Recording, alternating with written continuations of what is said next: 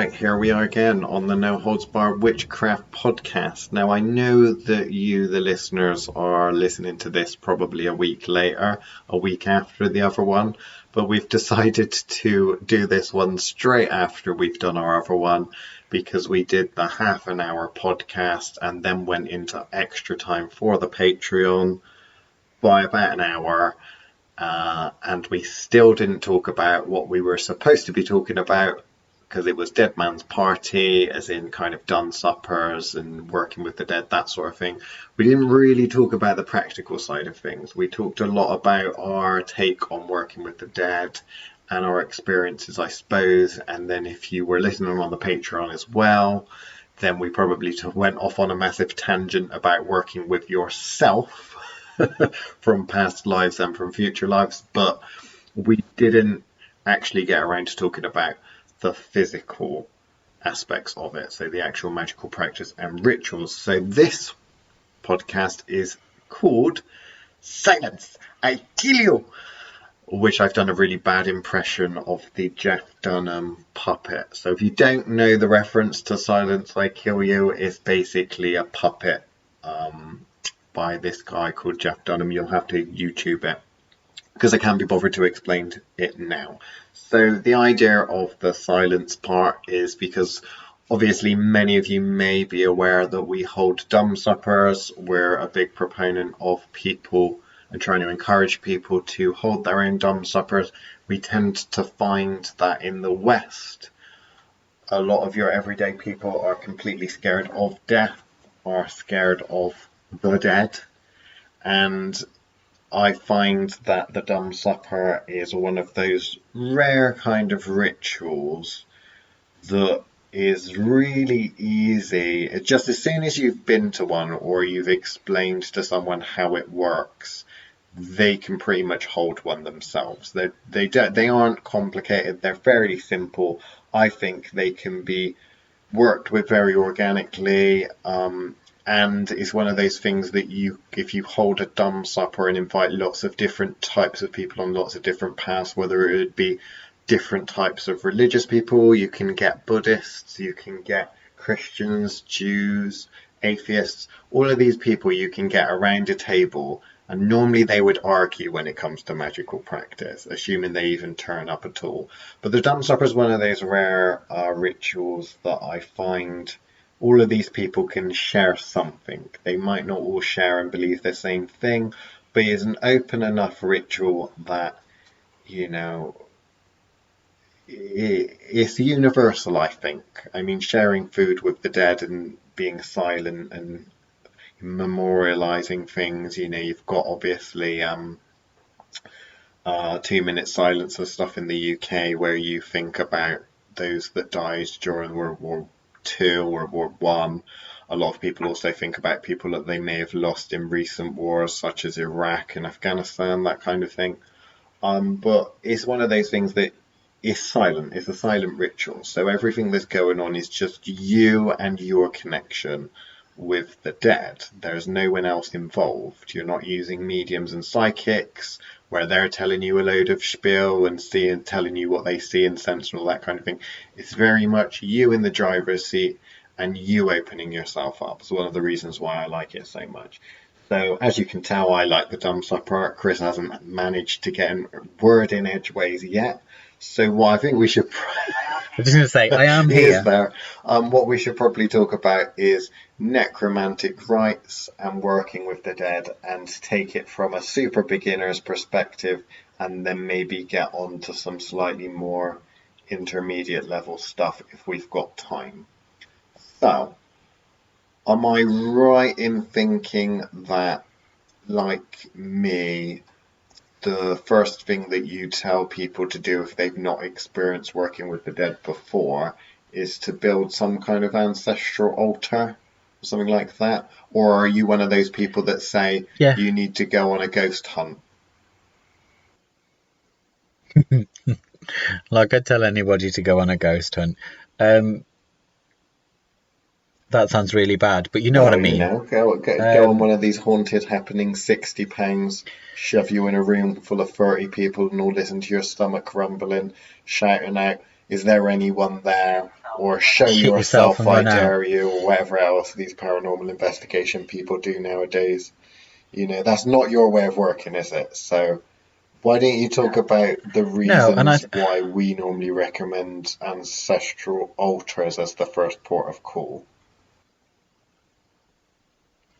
I think for me it's a case of creating sacred space, I guess. You mean cast in a circle? There is an aspect. I don't mean cast in a circle, and you know I don't mean cast in a circle. What, you mean that you can do But magic kind of, without the need of a circle? That's some advanced stuff, that is, I tell you. Liam's clearly in one of those moods, guys and girls, and all those in between. Okay, no. My actual answer, Liam, without you interjecting, is creating sacred space. And actually, for me, kind of creating ancestral altars. One because I quite like introducing people to temporary space, and I don't mean kind of temporal. I just kind of mean as in creating an altar space that can kind of happen, then dismantle it, then remake it happen. I don't mean fixed altars. So I quite like that kind of going through the process of creating that sacred space with someone. And I think for something like ancestral work is a nice way to do that, on the basis that kind of they're wanting to work with, we touched on it last time, contact their loved ones and whatever. That is a very safe space to start with when you're doing something like nowadays that. Nowadays it's all about the safe space, isn't it?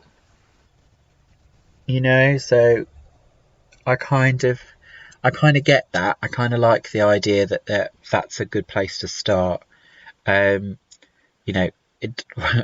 had a question recently, talking about dumb suppers and stuff. On I can't remember which of the platforms it was. I think it was one of the Facebook ones. Asking like, I really want to do an Altar of the Dead this year. Are there any kind of parameters? And I quite liked that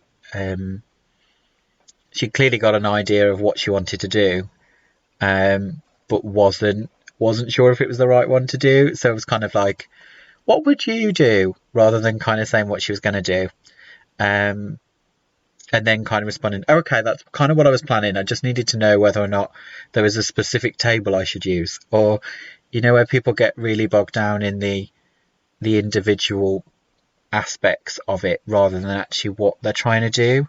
So I think create that idea of creating sacred space with ancestral work is a really nice beginner's way of working with the dead. Was that on the Witchcraft Live Facebook group? That comment? I think it was a comment. Someone brought ancestral altars up because they watched that ancestral altar video that we did. And I think that, because we did try to explain, obviously, we're doing a generic one and you've got to tailor yours to fit your purpose because it's your altar space at the end of the day. And they were just kind of asking about, I know there was someone that was asking about that.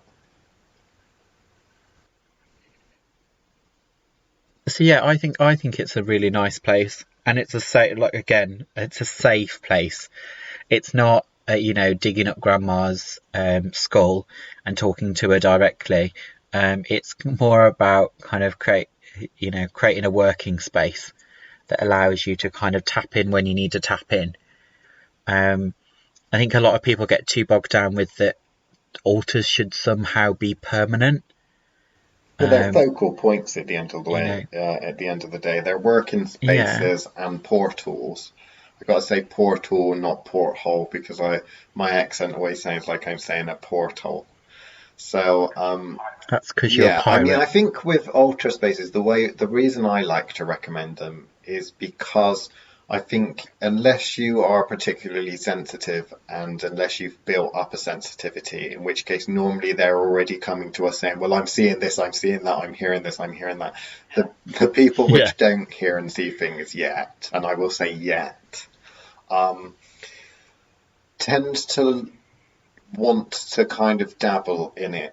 They're too scared to kind of throw themselves in. They want something that they feel that they can. There's protocol and there's kind of instructions, and there's kind of like a procedure for it. And I think with a ancestral altar, particularly, you're dealing with mainly spirits of the dead that you can kind of relate to, because you build it going backwards. Normally you'd start with recent people that you've met in your life, whether it be great grandmother, granddad, that kind of thing, someone that's died, someone that you actually know. You start a place and put them on it, and then you kind of work back. But the good thing about an altar is it's a focal point to actually focus and look at, and it will help to develop a certain amount of psychic ability, because there will be energy going on around that, and you'll learn to pick up on that. Also, it is almost like a doorway. So things, when procedures are put in place, the correct procedures, and when you're essentially establishing that common ground of communication. For example, if you're saying, okay, when I put these candles on, I'm welcoming people in. At that point, people get scared of, well, if something comes along and I can't get rid of it, they get scared of that. So you can build in these kind of communication devices whereby on both sides it's understood what these signals mean, and it's very much I wouldn't say a sacrifice, but it's respectful. It's the opposite of shouting and demanding what you want, that you see a lot in paranormal investigation nowadays. I mean, you're putting little offerings and things like that, even if it's just spring water, to show that actually it's not just take. So what would you say about moving beyond that then? So beyond the altar, whether it's a permanent one or a temporary one, what's kind of the next step that you find people go down? Because it's difficult to say, because obviously everyone's separate and everyone's different, but a generically, what normally is the case? Well, lots of people kind of move, like I said, you move further and further back, or you expand that space to something permanent, or a permanent place that you can go to.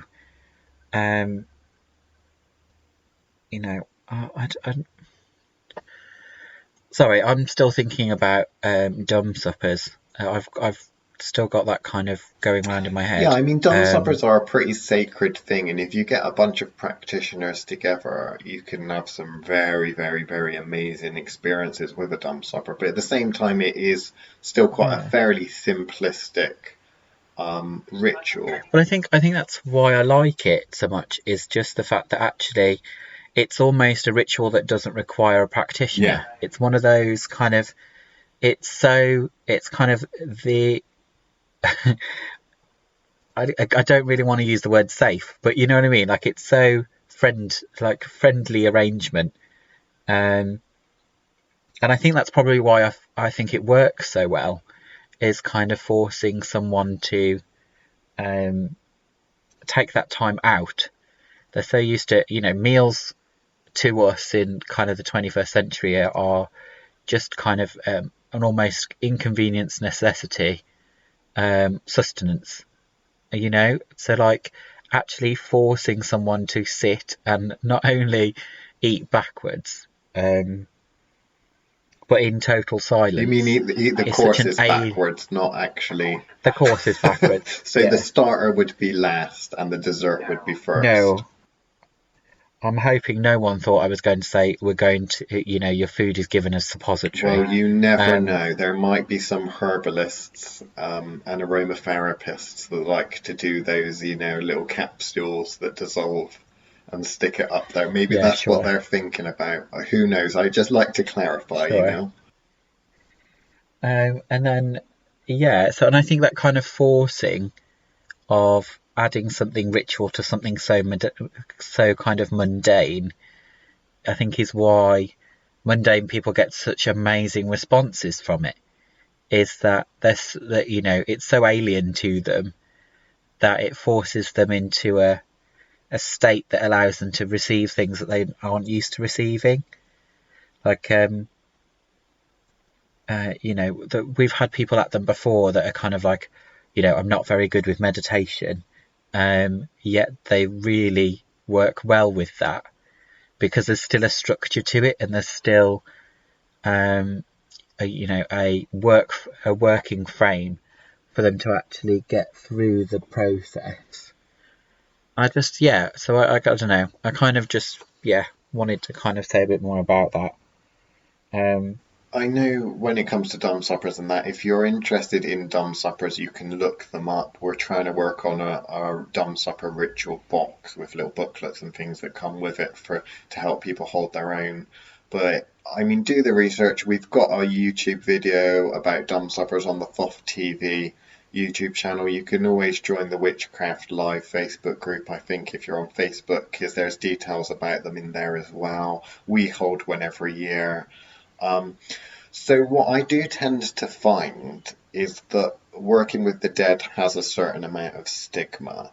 And I don't know how you feel about this way, but this is an observation. I don't know whether you'd say observation of taste or an observation of aesthetic, but I do find that your stereotypical, I wouldn't even say boisterous young man, but the sort of guy, he's a little bit overweight, balding, with a heavy metal rock t-shirt on, tends to get attracted to certain types of magical practice. Normally they're the ceremonial magicians or necromancers, and that some of the love and lighty paranormal investigators. Some of the love and lighty people don't tend to like to broach working with the dead, and when they do, they certainly don't call it necromancy, because technically speaking, the definition of necromancy would be something along the lines of working with the dead or contacting the dead to find out information, normally regarding the future and stuff.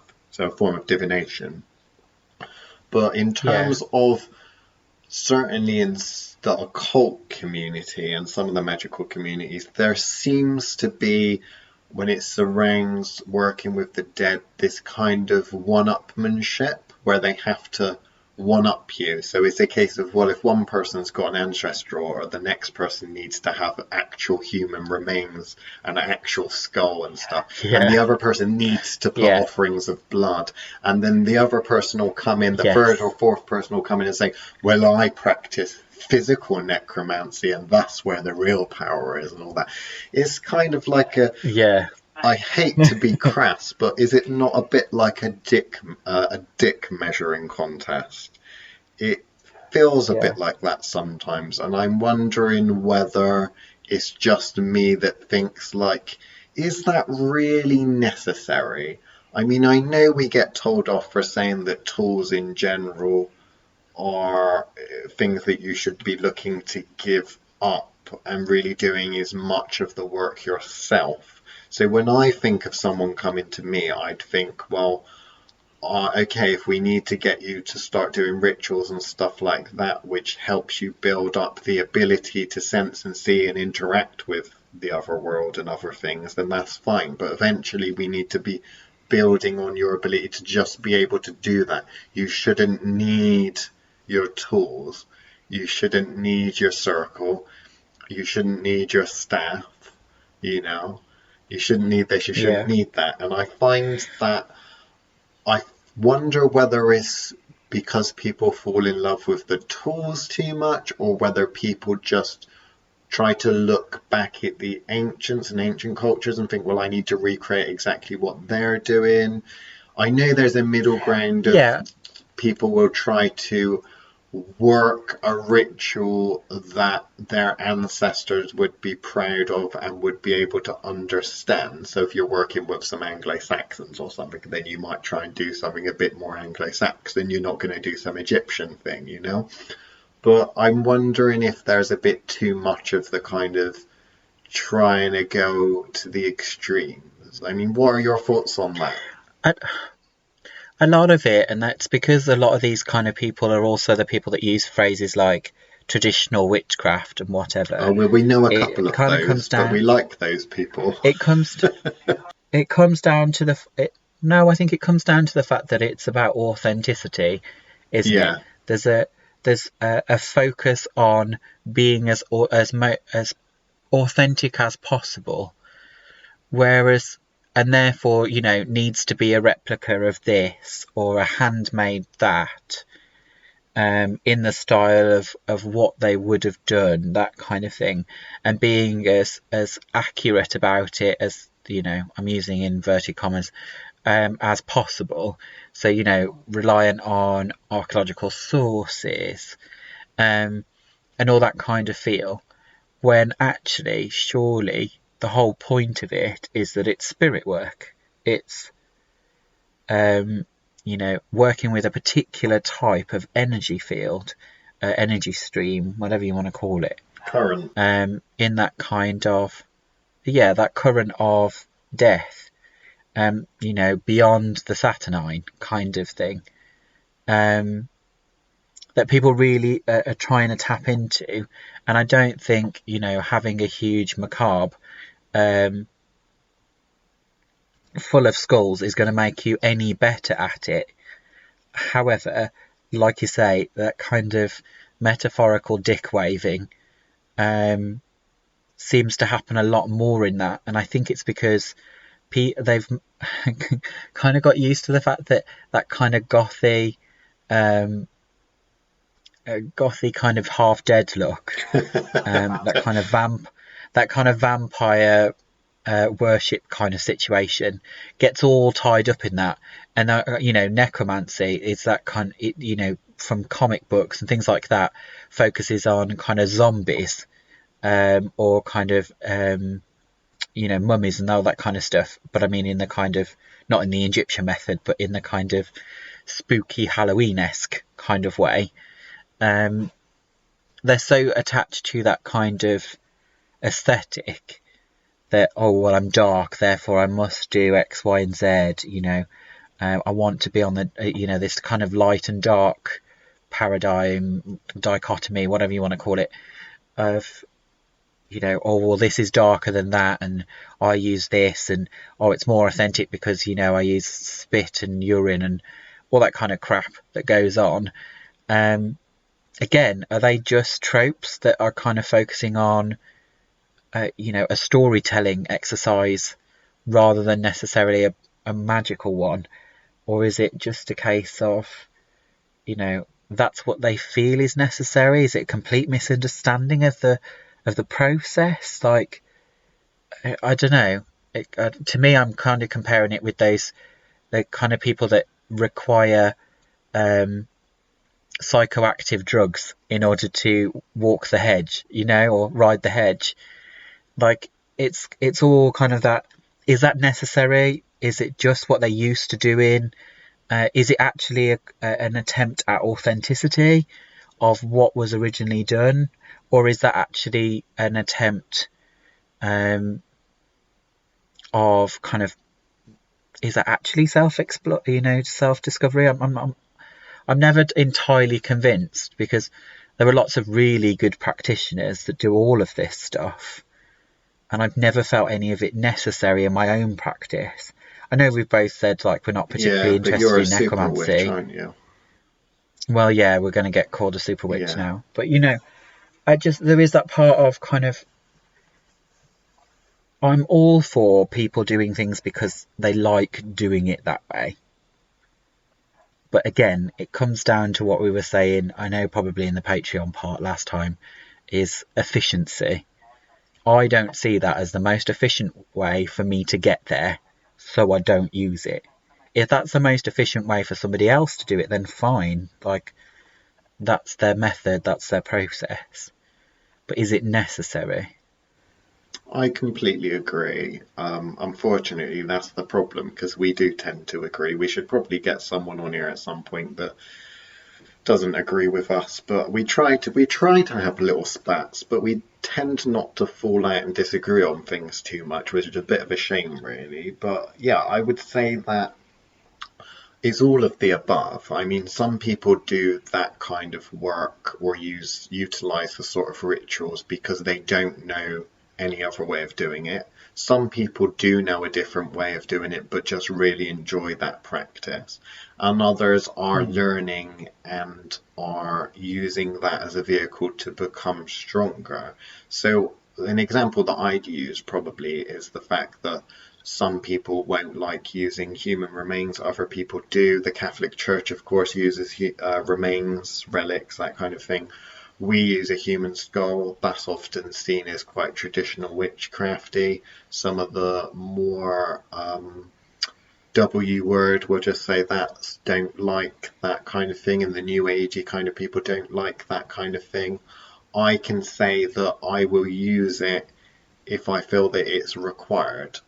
I sometimes use our skull non every now and then, but I know there's nothing that I need to use the skull for. I've gone past using it other than it being a way I like to work. However, for other people, if I just give you a basic example, I had a client who, I think she might be on our case files actually on the Patreon, because we put case files and stuff like that on the Patreon of cases that we've worked on and people that we've helped, that kind of thing, in the hopes that someone else might get benefit from it. But there we go.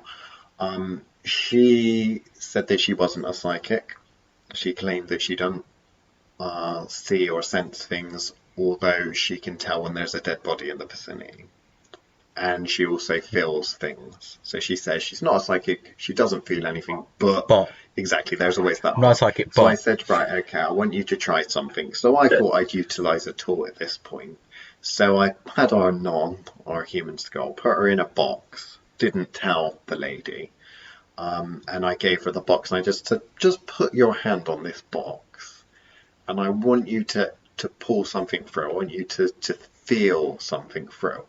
And then within literally less than 5 minutes, she said, I don't know why it is, but I can hear things. I can hear. It started off with a small voice, and then there were 2 voices, and then they were like as if someone was in the room saying things. And she said, this person's called this person's called that. They're telling me this.